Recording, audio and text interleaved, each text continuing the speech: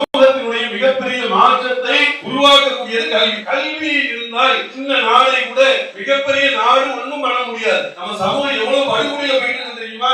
CAA, NRC, NPR என்ற கொடுமையான சட்டங்களை போட்டு மசூதிகளை இடிச்சு முஸ்லிம்களுடைய வீடுகளை இடித்து இவ்வளவு கீழ்நிலைகள் நம்ம இருக்கிறோம். விழிப்புணர்வு என்பது அவசியம். அதனால படிங்க, நல்ல எதாலும் படிங்க. கண்டதை படி பண்டிதராக ஆகலாம் படிப்பாங்க. படிச்சுக்கிட்டே இருங்க. படிப்பு தான் நம்முடைய சமுதாயத்தை பாதுகாக்கும், நல்ல வழியில் கொண்டு போவோம். அப்டேட்டோட நம்ம வாழக்கூடியவர்களாக இருக்க வேண்டும். பாராளுமன்றத்தில் எத்தனை சீட்டு, சட்டமன்றத்தில் எவ்வளவு பேர் இருக்கிறாங்க, எத்தனை எம்எல்ஏ இருக்காங்க, எத்தனை பேர் மூத்தா இருக்கிறாங்க, புதுசா யாருக்கு தேர்தல் நடக்குது, என்னென்ன காரியங்கள் நடந்து கொண்டிருக்கிறது, எத்தனை தொகுதிகள் இருக்கிறது, தொகுதிகளுடைய நிலைகள் என்ன, எத்தனை மாநிலங்கள் இருக்கிறது, மாவட்டங்கள் இருக்கிறது, ஒவ்வொரு மாவட்டத்துடைய நிலைகள் என்ன என்பதை சுழல உத்தையும் வைங்க, விரல் அப்படியே சுத்தி எடுத்து நின்னையும் வைங்க. நீங்க தான் கலெக்டர், நீங்க தான் ஐபிஎஸ், நீங்க தான் அதிகாரி, நீங்க தான் ஆளக்கூடியவர்கள். அல்லாஹ் ரப்புல் ஆலமீன் இந்த உலகத்தில் அற்புதமான இந்த உலகத்தில் நம்மை படைத்து ஒரு அற்புதமான வாழ்க்கைக்கு நம்மளை தயாராக்கி இருக்கிறான். இந்த இஸ்லாமிய மார்க்கத்தை அல்லாஹ் ரப்புல் ஆலமீன் தந்து இஸ்லாமிய மார்க்கம் இளைஞர்களுக்கு என்ன சொல்லுகிறது, எப்படிப்பட்ட அறிவுரைகளை சொல்லுகிறது என்பதனை பார்ப்பதற்கு தான் இஸ்லாம் கூறும் இளைஞர்கள் என்ற தலைப்பு தந்திருக்கிறாங்க. பொதுவா இஸ்லாமிய மார்க்கம் இளைஞர்களுக்கு நிறைய அறிவுரைகளை சொல்கிறது. இந்த உலகத்துல நம்ம வாழும் போது இளைய சமுதாயத்தவர்கள் எப்படி நம்ம வாழ வேண்டும், எப்படி நடந்து கொள்ள வேண்டும் என்பதனை நாம நம்முடைய உள்ளத்திலே ஆழமாக பதிவிட்டுக் கொள்ள வேண்டும். இளைஞர்கள் தான் நெக்ஸ்ட் வரக்கூடியவங்க இல்லையா? நாங்க எல்லாம் ஒரு காலத்துல அப்படி போயிருவோம், நீங்க வருவீங்க, உங்களுக்கு பிறகு அடுத்த சமுதாயம் வரும். ஒரு சமுதாயத்தில் இருந்து இன்னொரு சமுதாயத்தை இறைவன் நினைச்சுக்கிறான், உற்பத்தி பண்ணுகிறான். அல்லாஹ் குர்ஆன்ல சொல்லும் போது இந்த உலக வாழ்க்கைக்கு உதாரணம் ஒரு தானியம் அப்படிங்கிறான். ஒரு தானியம் அதனுடைய ஒரு நெல்லோ கோதுமையோ இதையே போட்டா அது அப்படி கதிர்களை தந்து நல்ல விளைச்சலை தந்து மரமாக செடியாக ஆகி அதற்கு பிறகு அது அழிஞ்சது, அது ஒரு தானியங்களை விட்டுட்டு போகுது. அதே மாதிரிதான் நம்ம இந்த உலகத்துல வாழக்கூடிய இந்த நிலை என்பது ஒரு குறிப்பிட்ட காலம் தான் நம்ம என்ன செய்யறோம், வாழ்றோம். இதுல இளைய சமுதாயம் என்பது ஓடும் பாம்பை மிதிக்கிற வயசு அப்படிம்பாங்க. துடிதுடிப்பு, வீரம், விவேகம், சுறுசுறுப்பு, எதையும் சாதிக்கக்கூடிய எண்ணம், இரத்த ஓட்டம், எதிர்கால சிந்தனை, வாழ்வின் வெற்றியினுடைய லட்சியம், இப்படி ஏராளமான எதிர்கால சிந்தனைகளை உடையவர்களாகத்தான் இளைய சமுதாயத்தவர்கள் இருக்கிறாங்க. அவங்க லட்சியங்கள்லாம் ரொம்ப வித்தியாசமா இருக்கும். ஒருத்தட்ட கேட்டாங்க, ஐஏஎஸ் ஆகிறது என்ன, ஐபிஎஸ்க்கு இங்க எத்தனை பேர் விருப்பப்படுகிறீங்க? ரொம்ப கம்மியான பேர் தான் சொன்னீங்க இல்லையா? ஐடில சேரணும் அப்படின்னா எத்தனை பேர் கை தூக்குறீங்க? எல்லாரும் நிறைய பேர் கை தூக்குறாங்க இல்லையா? அப்போ ஒவ்வொருத்தருடைய லட்சியங்கள், எண்ணங்கள், சிந்தனை வெவ்வேறாக இருந்தாலும் அதை ஒருமுகப்படுத்தி சமூகத்திற்கு அதனுடைய நலன் என்ன அப்படின்னு நம்ம சிந்தித்து பார்க்க வேண்டும். முதல்ல நம்ம எடுத்துக்கொள்வது வணக்க வழிபாடு இளைஞர்கள் இடத்துல வேண்டும். தொழுகை என்பது மானக்கேடான விஷயங்களை விட்டும் பாவமான காரியத்தை விட்டும் தடுக்கும். ஒரு மனிதனிடத்துல தொழுகை என்பது ரொம்ப அவசியம். எந்த அளவுக்கு சில வீடியோக்கெல்லாம் வருகிறது, காசாவுல மிகப்பெரிய நிலையில அடிபட்டு வீடு இழந்து, வாசல் இழந்து, சொத்து இழந்து, அண்ணன், தம்பி, அக்கால், தங்கை, தந்தை, தாய் என்று அனைத்தையும் இழந்து நிற்கக்கூடிய அந்த சிறுவன் தொழுகிறான். யோசிச்சு பாருங்க, அவன் ஒண்ணுமே கிடையாது, இழப்பதற்கு ஒண்ணுமே இல்லை, இருக்கிறதும் ஒண்ணுமே இல்லை. ஆனால் அவன் தொழுகையை நிலைநாட்டுகிறான். வீடியோ வெளியாகிறது. சில வீடியோக்களை பார்க்கிறோம், பச்சிளம் குழந்தை உடம்பிலே ஏராளமான சம்பந்தமான மருத்துவமனையிலே வயர்கள் கூட்டப்பட்டு அந்த பிள்ளைகள் தொழுவதை நம்ம பார்க்கிறோம். அல்லாஹ் நமக்கு கை கால்களை சிறப்பான முறைகளை கொடுத்திருக்கக்கூடிய இந்த காலகட்டத்தில் தொழுகையை சரியாக நம்ம நிறைவேற்றக்கூடியவர்களாக இருக்க வேண்டும். இன்ன சலாத்த காணத்தலல் மூமினீன கித்தாபுன் மௌகூத்தா, தொழுகையானது நேரம் குறிக்கப்பட்ட கடமையாக இருக்கிறது. முஸ்லீம் அல்லாதவங்களும் சொல்லுவாங்க, பாய் நீங்க 5 வேளை தொழுகிறீங்க, எனக்கு ஆச்சரியமா இருக்குது. எனக்கு வாரத்துக்கு ஒரு வாட்டி சர்ச்சு போறது கோயிலுக்கு போறதே எங்களுக்கு கஷ்டமா இருக்குது. 5 வேளை எப்படி தொழுகிறீங்க சொல்றாங்களா இல்லையா, கேட்டிருக்காங்களா இல்லையா? ஆனா 5 வேளை தொழுது பழகுங்க. அதே ரசூலா சொன்னாங்க, சிறு பாவங்களுக்கு பரிகாரமாக இருக்கும். 5 வேளை ஒருத்தன் குளிச்சா அவன் உடம்புல ஏதாவது அழுக்கு இருக்குமா? இருக்காது. அது மாதிரி அவனுடைய தொழுகை என்பது மேனியை சுத்தப்படுத்துவது எப்படி தண்ணீர் சுத்தப்படுத்துகிறதோ உள்ளத்தை தொழுகை சுத்தப்படுத்தும். தொழுகலாமா? இன்ஷா அல்லாஹ் இன்றைய தினம் முடிவு பண்ணுங்க. நபிகள் நாயகம் ஸல்லல்லாஹு அலைஹி வஸல்லம் அவர்கள் சொன்னார்கள், இன்னமல் ஆமாலும் பின் நியாத், செயல்கள் அனைத்தும் எண்ணத்தை பொறுத்துதான். நீங்க எண்ணத்தை விதைங்க. நான் 5 வேளை கரெக்டா தொழுவேன், இபாதத்தோட இருப்பேன், வணக்க வழிபாடுகளை செலுத்துவேன், என் தாயாருக்கு, என் தந்தையாருக்கு, என் சகோதரனுக்கு, என் சகோதரிக்கு, என்னுடைய சமுதாயத்திற்கு, சமூக மக்களுக்கு எல்லோருக்குமான பிரார்த்தனையை செய்யக்கூடிய அந்த வணக்கத்தை, தொழுகையை நான் நிறைவேற்றுவேன் என்ற அந்த எண்ணம் நம்மிடத்துல வேண்டும். நீங்க யோசிச்சு பாருங்க, உங்க நண்பர்களுக்கு மத்தியில மச்சான் உனக்கு அன்னைக்கு ஒரு பென்சில் வாங்கி தரலையா, இப்படி நன்றி கெட்டவனா இருக்கிய அப்படின்னு சொல்றோமா இல்லையா? சின்ன உதவியை செஞ்சுட்டு சொல்லி காட்டுவோம், இருக்கா இல்லையா? சின்னோண்டு உதவிதான் செய்வோம். ஆனா என்ன செய்வோம், அதை பத்தியா நன்றியோட இருக்கியா அப்படின்னு கேட்கிறோம். நம்ம இறைவனுக்கு நன்றியா இருக்கிறோமா? கண்களை பாருங்கள், காதுகளை, மூக்கு, முடி, தோல், ரோமங்கள், பேசக்கூடிய திறன்கள், இது எல்லாம் அல்லாஹ் வழங்கி இருக்கிறான். பபி ஐய ஆலாயி ரப்பிக்குமா து கத்திபான், அல்லாஹ்வுடைய அருக்குடையில் எதனை நீங்கள் பொய்யென கருதுகிறீர்கள்? அல்லாஹ் எவ்வளவு அருக்குடை தந்திருக்கான் தெரியுமா? யோசிச்சு பாருங்க. அப்போ தொழுகையை நம்ம நிலைநாட்டக்கூடியவர்களாக, முதன்மையாளர்களாக ஆக வேண்டும். அடுத்ததாக என்ன அப்படின்னு சொன்னால், இறைவனை வணங்க சொல்றான், அதுக்கு பிறகு பெற்றோரை சொல்கிறான். பெற்றோருக்கு உபகாரம் செய்யுங்கள். நம்முடைய பெற்றோர் இடத்துல எப்படி நடக்கிறோம் சொல்லுங்க. பெற்றோர் இடத்துல எப்படி உங்களுடைய பேச்சுக்கள், நடவடிக்கைகள் எப்படி இருக்கிறது? வாங்க போங்க, அன்பாக, நேசமாக, மரியாதையாக, ஒரு இணக்கமாக பெற்றோரை மதிக்கக்கூடியவர்கள். நான் அப்படி மதிக்கிறேன் அப்படிங்கிற கை தூக்க வரும். பெற்றோர்களை இப்படிதான் நம்ம மதிச்சுக்கிட்டு இருக்கிறோம், சரியா? கொஞ்சம் பேரு இல்ல, போது மரியாதை இல்லாமல் பேசக்கூடிய நபர்கள் இருக்கிறாங்களே இல்லையா? சில பேர் பெற்ற தகப்பன அவர் வந்தாரா ஏதோ அகதினை பேசுற மாதிரி சூழல், உயர்தினை அகதினை, ஆண்பால் பெண்பால் சொல்லுகிறாங்கல்ல, ஒரு அகதினையை சொல்வது போல தன்னுடைய தந்தையை, தாயை ரொம்ப கேவலமாக பேசக்கூடிய பிள்ளைகள் இருக்கிறாங்க. யோசிச்சு பாருங்க, வயிற்றில் இருக்கும் போது கருவில் வைத்து ஒரு அமுக்கம் வைக்கிறது தான் நம்ம செத்து போயிடும். உண்மையா இல்லையா? யோசிச்சு பாருங்க, வயிற்றுல இருக்கும்போது, நம்முடைய தாயுடைய வயிற்றுல இருக்கும்போது வயிற்று வச்சு ஒரு அமுக்கம் வைக்கிறாங்கன்னு வைங்க, ஆள் அவுட்டு பெற்று அவர்களை மரண தருவாய் அடைந்துதான் நம்மை காப்பாற்றினார்கள். நம்ம தாய் இருக்காங்களே, சில பேர் என்ன செய்வோம், எனக்கு நண்பன் தான்டா அப்படிமா, இருக்கா இல்லையா? நண்பன் தான் எனக்கு எல்லாம், நண்பன் தான் எல்லாம் உசுறு, நண்பனுக்காக நான் எல்லாமே செய்வேன். பெற்ற தாய்க்கு அஜித்துக்கு போய் பால் ஊத்துறான், விஜய்க்கு போய் பால் ஊத்துறான், ஊத்துறானே இல்லையா? விஜய்க்கு பால் ஊத்துல, விஜய் போய் பேனருக்கு போய் பால் ஊத்துறான், நடக்கா இல்லையா? இளைஞர்கள் செய்யறான். அவன் பேனரை கெட்ட போய் அல்ல ஷாக் அடித்து இறந்த இளைஞர்கள் இருக்கிறாங்க. பெத்த தாய் எங்க வச்சிருக்கிறாங்க, முதியோரத்தில் கொண்டு போய் சேர்த்து வச்சிருக்கான். எவ்வளவு பெரிய அநியாயம் பாருங்க, எவ்வளவு பெரிய அக்கிரமம். அல்லாஹ் சொல்லுகிறார், உன்னுடைய பெற்றோர்ல ஒருவரோ இருவரோ, ஒரு ஆளோ 2 பேரோ முதுமையை அடைந்து விட்டால், முதுமையான நிலையை அடைந்து விட்டால் அவர்களை நோக்கி சீ என்ற ஒரு வார்த்தையை கூட சொல்லாதீங்க அப்படின்னு எல்லாம் சொல்றோம். சீங்கிற வார்த்தையை தவிர எல்லா வார்த்தையும் சொல்றோம். இருக்கா இல்லையா?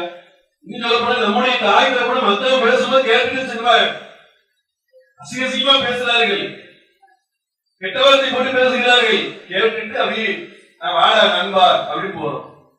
அநியாயம் இல்லையா? அக்கிரமம் இல்லையா? அப்ப தாய் தந்தையர்கள் தான் இந்த உலகத்துல இறைவன் நமக்கு அமானிதமாக தந்திருக்கக்கூடிய மிகப்பெரிய பொக்கிஷம். தாய் தந்தையை நண்பர்களோடு இருக்கக்கூடிய மரியாதைக்கு நிமித்தமாக நண்பர்களுக்காக பெற்றோர்கள் வெறுக்கக்கூடியவர்கள் எல்லாம் இருக்கக்கூடிய சூழ்நிலை பார்க்கிறோம். பெற்றோர்கள் தான் இந்த அளவுக்கு நபிகள் நாயகம் ஸல்லல்லாஹு அலைஹி வஸல்லம் சொர்க்கத்தினுடைய நடு கதவு உன்னுடைய தந்தை அப்படின்னாங்க. சொர்க்கத்திற்கு செல்ல வேண்டும் என்று சொன்னால் நடு கதவு யார்தான்? உன்னுடைய தந்தை அப்படின்னாங்க. பெற்றோருக்கு பணிவிடை செய்து அவன் சொர்க்கம் செல்லாதவன் நாசமா ஆகட்டும் அப்படின்னாங்க.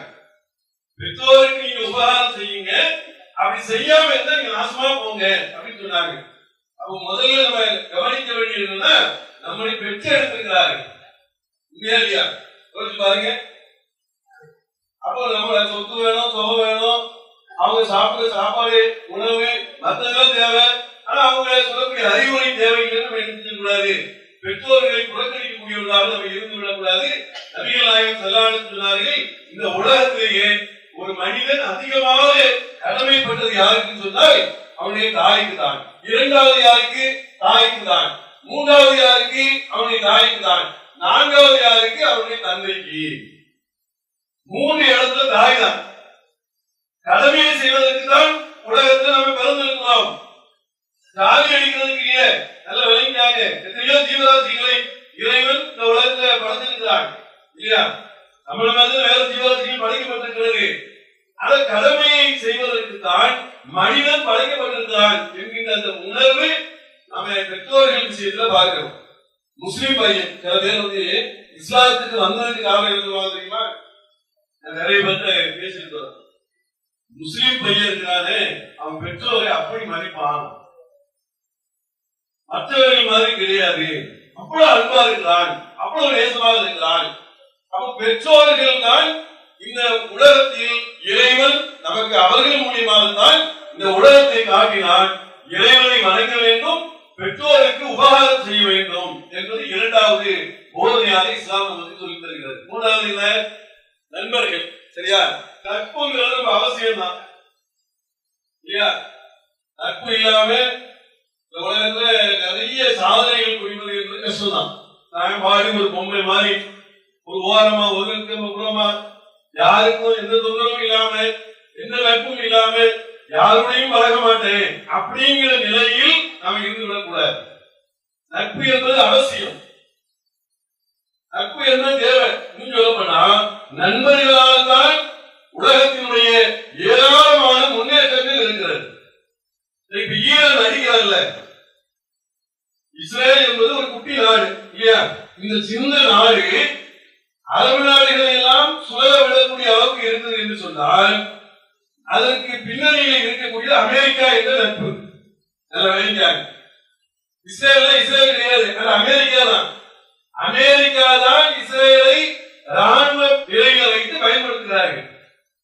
ஈரான் என்ற இந்த நாடு அவர் வந்து ரஷ்யாவுடனும் சீனாவுடனும் நட்பு வைத்ததால் தான் இன்னைக்கு அமெரிக்கா பின்வாங்கக்கூடிய நிலையில் இருக்கிறார். நட்பு என்பது தனி மனிதனுக்கும் அல்ல, நாடுகளுக்கு முக்கியமானது. நட்பு இல்லாதவர்கள் தோல்வியே அடைவார்கள். நமக்கு தெரிஞ்ச ஒரு பையன், உறவுதார் பையன், அந்த பையன் பயிர் இதுல படிச்சான், வேலை வாய்ப்பு கிடைக்கல, அவன் ஆட்டோ ஓட்டினான்.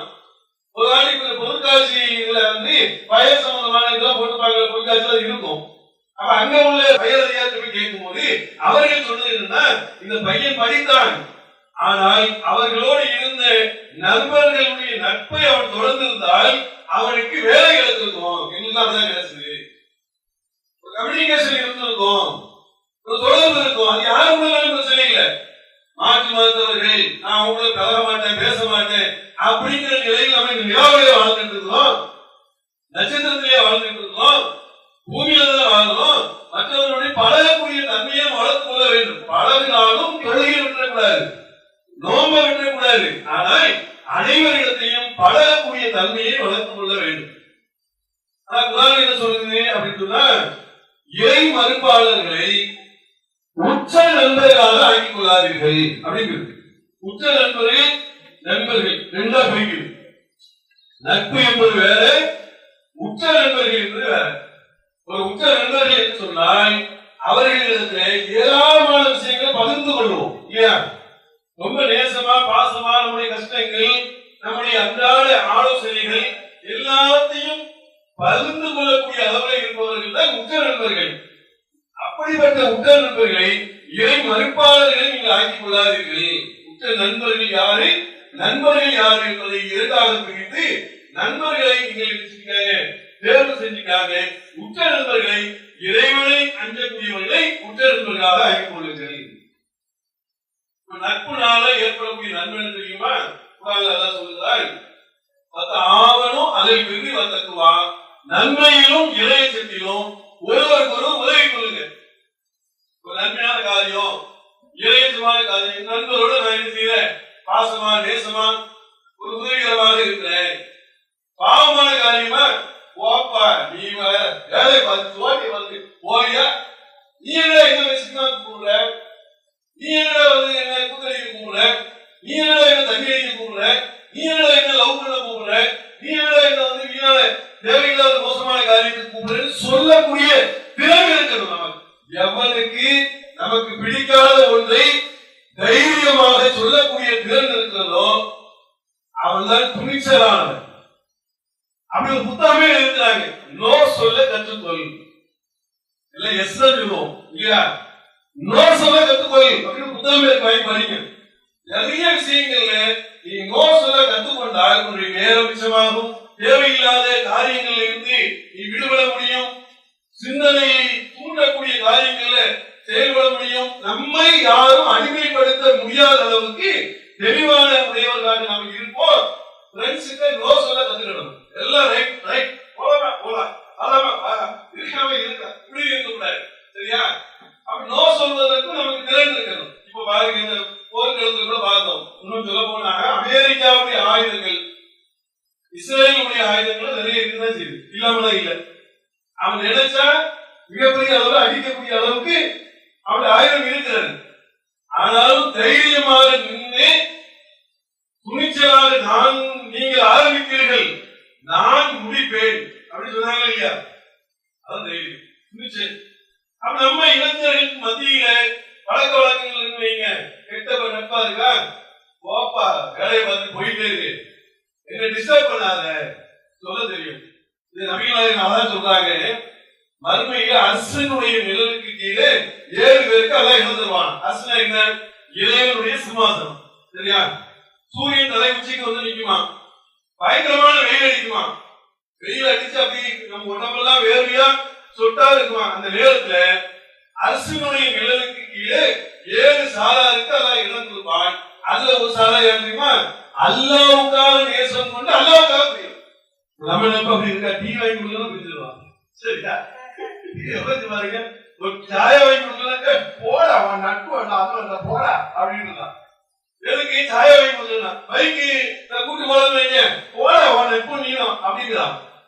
எதுக்கு, ஒரு சாதாரண ஒரு காரணமும் ஒரு பயனளிக்காத ஒரு காரணம் இருந்தும் கூட அந்த நட்பை என்ன செய்யறான், அதற்காக வெறுக்கிறான். அப்படி இல்லை, இறைவனுக்காக வெறுக்கிற, இறைவனுக்காக உன்னை நேசிக்கிறேன், ஒரு நேசிக்கிறதுக்கு இறைவனுக்காக, உன்னை வெறுக்கிறது இறைவனுக்காக. இத நபிகள் அழகா சொன்னாங்க, நல்ல நட்புக்கு கஸ்தூரியின் மனத்தை போன்றவன், கெட்ட நட்பு என்பது கொள்ளரின் பட்டறையை போன்றவன். நாங்க அப்படிதான் புரியுதா உங்களுக்கு? நல்ல நட்பு இருக்கு வைங்களேன், கஸ்தூரி மனம் மாதிரி, அவருடைய நறுமணம் நம்ம மேல செய்யும், வந்து பட்டு வாசனையா அடிக்கும்.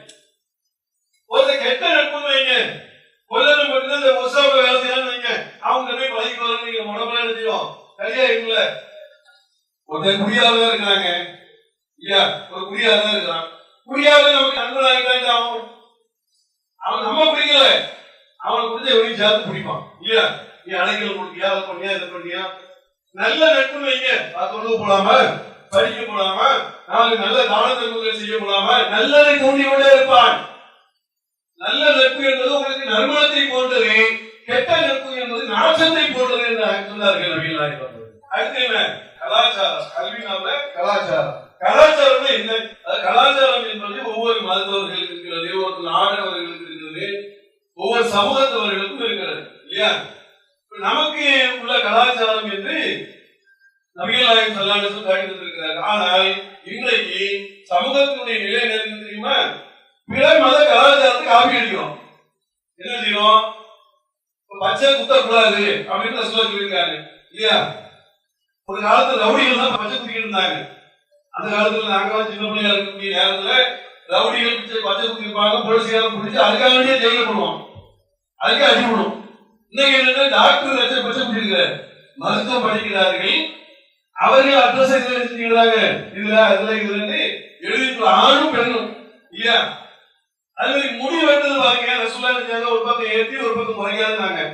இன்னைக்கு பாருங்க முடி வெட்டுற கலாச்சாரம் எப்படியா இருக்குது? எப்படி இருக்குது? ஒரு நிறைய தலையை தொங்க போட்டுவா இல்லையா? தவத்தா தொங்குது இல்லையா? இன்னொரு பக்கம் ரெண்டு பேர் இந்த பக்கம் முடியினாலும் இந்த பக்கம் முடியினாலும் வேற மட்டும்தான் இருக்குது, சுத்தமா முடிய வெட்டி ஒன்றிலாம வந்துட்டாங்க. இன்னொரு பாத்தீங்கன்னா பேண்ட்ல பாத்தீங்கன்னா இந்த முட்டையில எல்லாம் வெட்டி துண்டா காணும் இல்லையா? இன்னும் பாத்தீங்கன்னா இங்க வெட்டி கிடக்குது, இன்னும் பாத்தீங்கன்னா இங்க கிழிஞ்சி தொங்குது. சரி, அதை காமெடி பண்ணி சில பேர் வீடியோ போடுறாங்க. நான் தான் யாசனை தேடுறேன், ஏன் தேச நீ இருந்து போயிட்டியா அப்படின்னு யாசனை கேட்கிற ஆளுக்கு இங்கெல்லாம் இருந்தாங்க. ஒரு துணியை கிழிஞ்சு கிடந்தால், ஆடை கிழிஞ்சு கிடந்தால் அவமானமா மரியாதையா? அவமானம் தானே. ஆனா என்ன செய்யறாங்க? கலாச்சாரங்கிற பேர்ல என்ன செய்யறாங்க? கிளி முடிய கண்ட மாதிரி வெட்டு அவன் பார்க்கல. இப்ப முடி வெட்டுறதுக்கு ட்ரெயின்லாம் தேவையில்லை, அவன் வெட்டலாம், யாரு வேணாலும் பெண்ணுக்கு முடி வெட்டலாம். ஏன்னு சொன்னா கத்தி எழுதி எப்படி வெட்டாலும் ஸ்டைல் தான், எப்படி வேணாலும் வெட்டிக்கலாங்கிற நிலைக்கு நீங்க மாறி இருக்கிறது. ஒரு யூனிஃபார்ம் இருக்க வேண்டும். ஒரு முஸ்லீம் சிங்கிகளை பாக்குறோம்ல, சீக்கியர்களை பாக்குறோம்ல, அவங்க ஒரு யூனிஃபார்ம் இருக்கா இல்லையா? ஒரு ஒழுங்கு இருக்கிறதா இல்லையா? இஸ்லாமியர்களுக்கு அவருடைய ஆடையில் ஒரு ஒழுங்கு இருக்கும், அவருடைய பேச்சில் ஒரு ஒழுங்கு இருக்கும், அவருடைய செயல்களில் ஒரு ஒழுங்கு இருக்கும், அவருடைய நடவடிக்கையில் ஒரு ஒழுங்கு இருக்கும் என்று ஒரு ஒழுங்குமுறையை இஸ்லாம் நமக்கு கற்றுத் தந்திருக்கிறது. அதுதான் கலாச்சாரத்தை விரும்பக்கூடாது. கலாச்சாரம் மாறிக்கிட்டே இருக்கு. திடீர்னு பார்த்தா நைட் 12 மணிக்கு ஓடி கத்தான். என்ன எதுக்கு? புது வருஷம் பிறந்துருச்சு அப்படிங்கிறான். புது வருஷம் எங்க இருந்து பிறந்துச்சு? வாழ்ந்து வந்துச்சா? அறிவுபூர்வமான மக்கள் நம்முடைய ஏகத்துவ தௌஹீதை விளங்கி கொண்ட சகோதரர்கள் நம்ம கேள்வி கேட்கணும், எங்க இருந்து வந்துச்சு? அது கிரீன் பீச்ல இருந்து அங்க இருந்து அப்படி உருவாகி அப்படி வந்துச்சு. எங்க இருக்குல்ல நட்சத்திரமா? வருஷம் வருஷம் வர்றதுக்கு ஒவ்வொரு நாளும் ஒவ்வொரு வருஷம் தான். ஒரு நாள் கடந்துட்டு ஒரு வருஷம் கடந்துட்டு இல்லையா? அவன் ஒரு புது வருஷங்கிற பேர்ல டான்ஸ் ஆடுறது, புது வருஷங்கிற பேர்ல கலாச்சார சீரழிப்பு, எல்லாம் இளைஞர்களை தாக்கி அவர்களுடைய சிந்தனைகளை மறுங்கடிக்கக்கூடிய வேலை இருக்கிறது. காதல் தின கலாச்சாரம் இன்னைக்கு என்ன மக்கள் எப்படி விளைவிச்சிருக்காங்கன்னா, பிப்ரவரி 14 காதலர் தினம் அப்படின்னு இளைஞர்களை மூல செலவு வச்சிருக்கான். அன்னைக்கு தெரியாதவங்க பச்சை கலர் போட்டு போறீங்க, இவர் வேக்கல்ல இருக்கிறாரு, உளுச்சட்டை கட்டு போனா இவங்க வந்து அறுத்தலையில இருக்கிறாரு, கருப்பு சட்டை போட்டு போனா இவங்க வந்து காதலுக்கு எதிரானவரு அப்படி வச்சுக்காங்க இல்லையா? வெள்ளை சட்டை போட்டா அது என்னன்னு தெரியல, அதான் உங்களுக்கு தெரியும். நிறைய தான் பேசிக்கிட்டு நினைப்பாங்க. ஒவ்வொரு சட்டைக்கும் பைத்தியராகிறாங்க. அன்னைக்கு தெரியாதவங்க ஏதாவது ஒரு சட்டையை போட்டு போனீங்க, இந்த பாய் உங்களுக்கு பச்சை சட்டைங்க அப்படி என்னப்பா பச்சை அப்பா மார்க்கெட்ல இல்ல நீங்க ரெடியா இருக்கீங்க அப்படிங்கிற அளவுக்கு நல்ல மனிதர்களையே சந்தேகப்படக்கூடிய அளவுக்கு அந்த காதலர் தினம்ங்கிற அந்த ஒரு கலாச்சாரத்தை உருவாக்குறாங்கல்ல, அதுல நம்ம வீழ்ந்துருக்காரு. லவ் பண்ணி ஒரு பெண்ணை நான் திருமணம் படிக்க போறேன் அப்படின்னு சொல்ற மாதிரி நம்முடைய தங்கையை கொஞ்சம் லவ் பண்ணா விட்டுருவோமா? நம்முடைய அக்கா வந்து லவ் பண்ணா விட்டுருவோமா? யாராச்சும் இல்ல நான் கிடைக்கிற பிரச்சனை இல்ல அப்படி யாராச்சும் சொல்லுவாங்க. என் தங்கச்சியை ஒரு லவ் பண்ணாங்கன்னா என் தங்கச்சியை லவ் பண்ணது அப்படின்னு நினைக்கிறான் இல்லையா? எல்லாரும் பக்கத்துல பெண் பக்கத்துல கொண்டுறோம் உண்டு வெட்டி போட வேண்டி அப்படிங்கிறான். தங்கச்சியே ஒருத்தர் லவ் பண்ணக்கூடாது, உன் அக்காவே ஒருத்தர் லவ் பண்ணக்கூடாது, உன் குடும்பத்தில் உள்ள பெண்ணை ஒருத்தர் லவ் பண்ணக்கூடாது, என் அடுத்த பெண்ணை லவ் பண்ணலாமா? அது அந்நிய பொருள் அல்லவா? இஸ்லாம் கட்டி தந்த வழிமுறை என்ன? லவ்னா விருப்பம் தானே, காதல் தானே, நேசம் தானே. தாயை லவ் பண்ணு, அவங்களோட அன்பாகிறி நேசமாக இரு. மனைவிய லவ் பண்ணுன்னா ஆபீஸ்ல உட்கார்ந்துட்டு இருக்கிற, வீட்டுக்கு போனா பொண்டாட்டி வைக்குவாங்க. ஏன்டா ஆபீஸ் மணி 9 மணி ஆயிடுச்சு, ஆபீஸ்ல உட்கார்ந்துட்டு இருக்க, 6 மணியோட டியூட்டி முடிஞ்சு போச்சுன்னா வீட்டுக்கு போறதுக்கு எனக்கு விருப்பம் இல்லை, அங்க ஒரு பத்திரக்காரிகளை கட்டி வச்சிருக்காருங்க, வேற வழி இல்லை அப்படின்னு அந்த அளவுக்கு மனைவியை விளைக்கக்கூடியவனாக மாறி மற்றவர்களை லவ் பண்றது என்பது இன்னும் மார்க்கத்தில் உள்ளதா? அப்படி மார்க்கம் சொல்லி தரவில்லை. அது ஒரு உடலினுடைய ஒரு மாற்றம். அது சின்ன பிள்ளைகள்ல பலூனுக்கு ஆசைப்படுவோம்ல, ஒரு பிள்ளைகள் இருக்கு, பலூனு ஒரு கார் சாவி, ஒரு 25 வயசு பையன், ஒரு 3 வயசு பிள்ளை, ஒரு பலூனு 2 பலூனு 2 கார் சாவி வச்சா சின்ன பிள்ளை எதை இருக்கும்? பலூன் தான் இருக்கும். கார் சாவி தூக்கி எடுத்துருக்கும். அது எனக்கு தேவையில்லை. 25 வயசு பையன் எழுதிவான், என்னத்த பலூன் தூக்கி பூரா போடு, சாவி எடு, பைக் எடு, பைக் எடுத்து பறக்கணும் அப்படின்னு அவனுடைய எண்ணம். அந்த வாலிப வயசுல பைக்ல போகணும், கார்ல போகணும் அப்படிங்கிறது அந்த எண்ணத்தை, அந்த உடலினுடைய மாற்றம், வளர்ச்சியினுடைய விலைதான். அது எப்படி நம்ம புரிந்து கொள்கிறோமோ அது மாதிரி உங்கள் பருவத்தில் நீங்க இப்ப இருக்கிறீங்கல்ல, இந்த பருவத்துல காதல் என்ற ஒரு எண்ணம் வரும் உங்களுக்கு. மாதிரி எல்லாருக்கும் நாங்கெல்லாம் நடந்து வந்திருக்கோம், நாங்கெல்லாம் பெரியவங்களா இருந்தா நாங்கெல்லாம் வந்து காதல் எண்ணமே எங்களுக்கு கிடையாது, நாங்கெல்லாம் வந்து புனிதர்களாக அப்படி வாழ்ந்து வந்தோம் அப்படின்னு நாங்க உங்கள்கிட்ட சொல்லல. எல்லாம் வேலைக்காங்க நாங்களே இருந்ததில்ல, நாங்க புனிதர்களாக வாழ்ந்து வந்தோம், எங்களுக்கு அந்த காதல் உணர்வே இருந்தது இல்லை, நீங்க என்ன அப்படின்னு நாங்க உங்கள்கிட்ட வந்து பிரச்சாரம் பண்ணல. சரியா? காதல் என்ற உணர்வு என்பது மனித வாழ்வில் இயற்கையான ஒரு விதி. அதை புரிந்து கொள்ள வேண்டும். இது நம்முடைய ஹார்மோனுடைய சேஞ்ச், ஹார்மோனுடைய மாற்றமாக இருக்கிறது. அதனால நம்ம என்ன இந்த நேரத்துல வாலிப வயசுல ஏதாவது ஒரு பெண் பின்னால போய் நம்முடைய வாழ்க்கையே செஞ்சிடக்கூடாது, துளைத்து விடக்கூடாது. சினிமாவில் இருக்கிற மாதிரி நிஜ வாழ்க்கையில இருக்காது. எல்லாம் விளைக்காங்க, சினிமாவில் எல்லாமே செஞ்சு கொடுப்பாங்க மனைவிமார்கள், அப்படி இருக்கும். நிஜ வாழ்க்கையில வந்து போய் காய்கறி வாங்கிட்டு வா, கத்திரிக்காய் வாங்கிட்டு வா, வெண்டைக்காய் வாங்கிட்டு வா, வீட்டை பெருக்கு, எல்லாம் நடக்கும். இருக்கா இல்லையா? சாப்பாட்டு முடி தந்தைமார்கள் இதெல்லாம் செய்யறாங்க இல்லையா? இதுதான் நம்மளும் செய்ய போறோம் இல்லையா? அதனால சினிமாவில் நடக்கிற மாதிரியான ஒரு நிலை நிஜ வாழ்க்கையில வராது. நிஜ வாழ்க்கையில நாம் உண்மையிலேயே காதல் பண்ணுவதாக இருந்தால் நபிகள் நாயகம் ஸல்லல்லாஹு அலைஹி வஸல்லம் அவர்களை காதல் பண்ணுவோம், ரசூலுல்லாஹ் விரும்பணும். லக்கத் கான லக்கும் ஃபீ ரசூலுல்லாஹி உஸ்வத்துன் ஹஸனா. இந்த நபியிடத்திலே அழகான முன்மாதிரி இருக்கிறது. ரசூலுல்லாஹ் தான் எனக்கு முன்மாதிரி. யாரு? அவங்க மாதிரி தாடி வைப்பேன், அவங்க மாதிரி என்னுடைய காரியங்களை செய்வேன். சினிமாவில் உள்ளவங்க உண்மை கிடையாது. சரியா? சினிமாவில் வருமான வரி கட்டாதவர்கள் கூட பெரிய பெரிய நடிகர்கள் சினிமாவில் வருவாங்க. விஜய் வந்து ஓட்டு கேட்பவர்ல, துப்பாக்கிங்கிற படத்தை முஸ்லிம்கள் தீவிரவாதிகள் காட்டினாரு, எவ்வளவு முஸ்லிம்கள் மதிச்சாங்க. ஆனா நீங்க ஓட்டு கேட்டு வந்துட்டு ஒரு தொப்பியை போட்டு கஞ்சி குடிச்ச உடனே உங்களை ஓட்டு போட்டுவாங்க அப்படின்னு இளைஞர்கள் நினைக்க கூடாது, சிந்திக்கணும். ஓட்டு நிறுத்த கூடாது. அதாவது கஞ்சிக்காக நாம ஓட்டு போடுறது கிடையாது, நம்முடைய சமூகத்திற்காக. இளைஞர்களுடைய ஓட்டு தான் விஜயனுடைய ஓட்டாக இருக்கும் அப்படிங்கிறது நீங்க கவனத்தில் வைத்துக்கணும். அடுத்து என்ன அப்படின்னு சொன்னால் கல்வி. சரியா?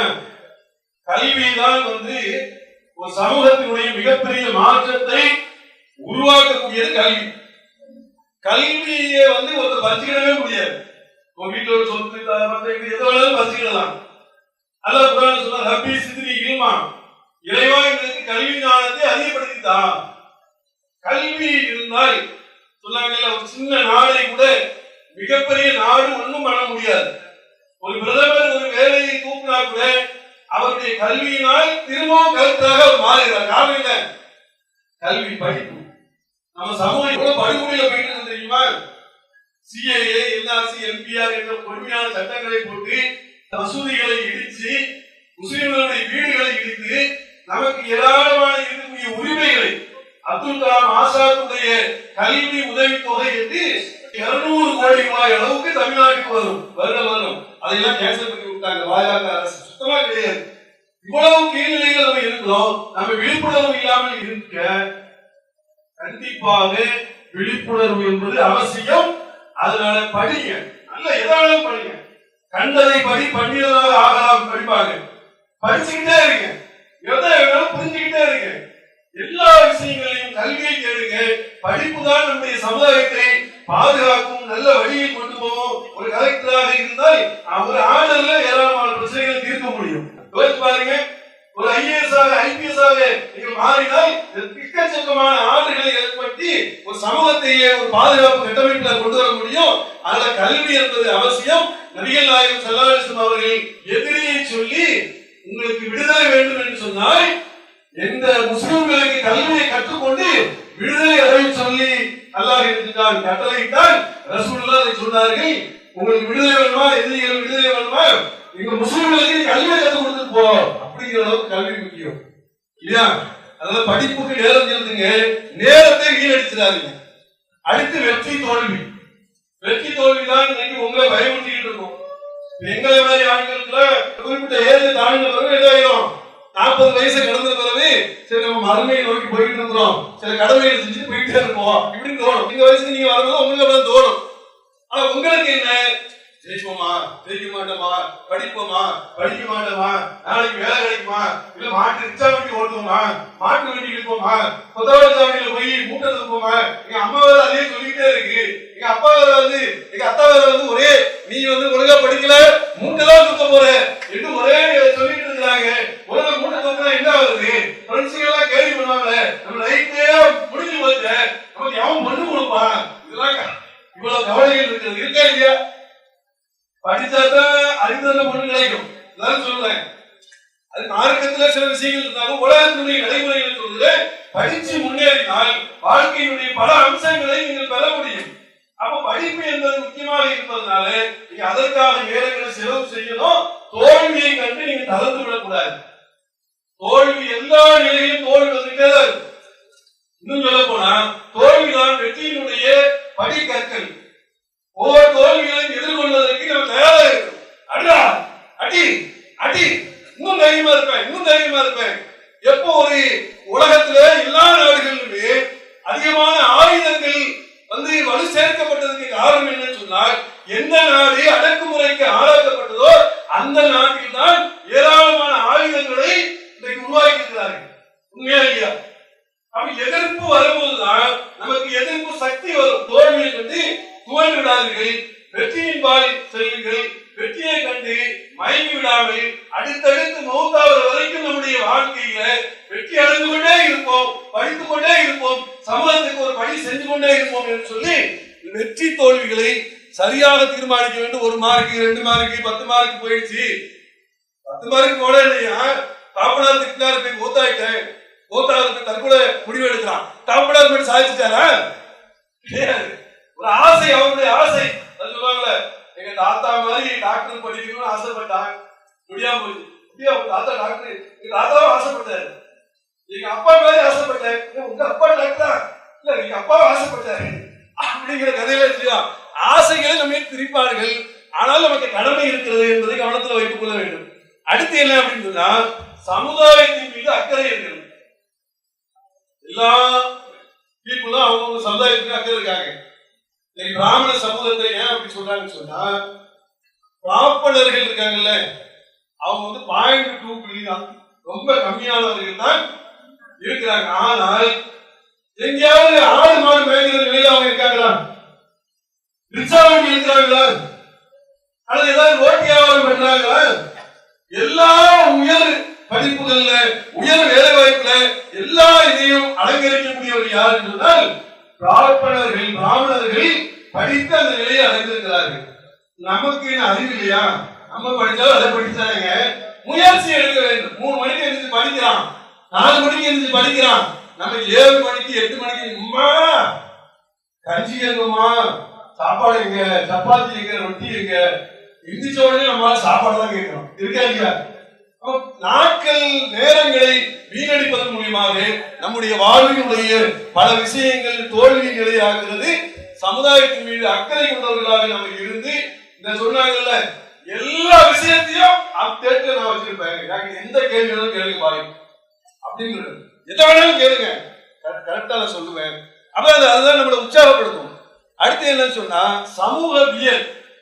இப்போ சமூகவியல் பாடத்தாலும் போர் பாய் அதெல்லாம் கம்ப்யூட்டர் அது இது மாதிரி சமூகவியல் மாதிரியான விஷயங்களை எடுத்து படிக்கும்போது சமூகத்திலே அரசியல் அமைப்பு சட்டங்கள் எப்படி வகுக்கப்பட்டிருக்கிறது, யார் அரசியல் அமைப்பு சட்டங்களை வகுத்தார், எது இந்தியாவை ஆட்சி செய்து கொண்டிருக்கிறது, அரசியல் அமைப்பு சட்ட திருத்தங்களுடைய நிலைகள் என்ன, எத்தனை வரை மாற்றம் ஏற்பட்டிருக்கிறது, யார் இன்றைக்கு நீதிபதியாக இருக்கிறார், யார் துணை பொறுப்புல இருக்கிறார்கள், எத்தனை நீதிமன்றங்கள் இருக்கிறது, எத்தனை வழக்காளிகள் இருக்கிறாங்க என்றெல்லாம் அந்த துறைகளை படிக்க வேண்டும். நீதித்துறையை படிக்க வேண்டும், அரசியல் துறையை படிக்க வேண்டும். அப்டேட்டோட நம்ம வாழக்கூடியவர்களாக இருக்க வேண்டும். பாராளுமன்றத்தில் எத்தனை சீட்டு, சட்டமன்றத்தில் எவ்வளவு பேர் இருக்கிறாங்க, எத்தனை எம்எல்ஏ இருக்காங்க, எத்தனை பேர் மூத்தா இருக்கிறாங்க, இப்ப புதுசா யாருக்கு தேர்தல் நடக்குது, என்னென்ன காரியங்கள் நடந்து கொண்டிருக்கிறது, எத்தனை தொகுதிகள் இருக்கிறது, தொகுதிகளுடைய நிலைகள் என்ன, எத்தனை மாநிலங்கள் இருக்கிறது, மாவட்டங்கள் இருக்கிறது, ஒவ்வொரு மாவட்டத்துடைய நிலைகள் என்பதை என்ன என்பதை சுழல விட்டையும் வைங்க, விரல் அப்படியே சுத்தி எடுத்து நின்னையும் வைங்க. நீங்க தான் கலெக்டர், நீங்க தான் ஐபிஎஸ், நீங்க தான் அதிகாரி, நீங்க தான் ஆளக்கூடியவர்கள். அப்ப அந்த தன்மையை, சமூகத்தினுடைய தன்மைகளை வளர்த்துக் கொள்ளக்கூடிய சமுதாய அக்கறை நம்ம இடத்தில் சமூகவியல் படிக்கக்கூடியவர்களாக இருக்கிறது. அல்லாஹு அக்பர், அல்லாஹு அக்பர்.